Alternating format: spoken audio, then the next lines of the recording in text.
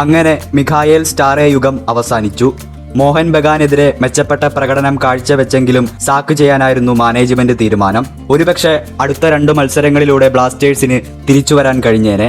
കാരണം ഓരോ മത്സരത്തിലും പോരായ്മകൾ പരിഹരിച്ചാണ് സ്റ്റാറെ വരുന്നത്. മോഹൻ ബഗാനെതിരെ ഡിഫൻസ് ഏറെക്കുറെ ശക്തമായിരുന്നു. ഗോൾ കീപ്പർമാരുടെ മിസ്റ്റേക്ക് കൊണ്ടും ഇൻഡിവിജ്വൽ എററുകൾ കൊണ്ടുമാണ് ബ്ലാസ്റ്റേഴ്സ് മിക്ക കളിയും തോറ്റത്. ഇനി പുതിയ കോച്ച് വന്നാലും ഈ ടീമിൽ അഴിച്ചുപണികളില്ലെങ്കിൽ പ്ലേ ഓഫിൽ കയറുന്ന കാര്യത്തിൽ ഉറപ്പു പറയാൻ കഴിയില്ല. ഇവാനാശാൻ മടങ്ങി വരണമെന്നൊക്കെ ആരാധകർ പറയുന്നുണ്ടെങ്കിലും മാനേജ്മെന്റിന്റെ ചർച്ചകളിൽ ഇവാന്റെ പേരില്ലെന്നാണ് റിപ്പോർട്ടുകൾ. ISL എക്സ്പീരിയൻസ് ഉള്ള കോച്ചായിരിക്കും വരുന്നത്.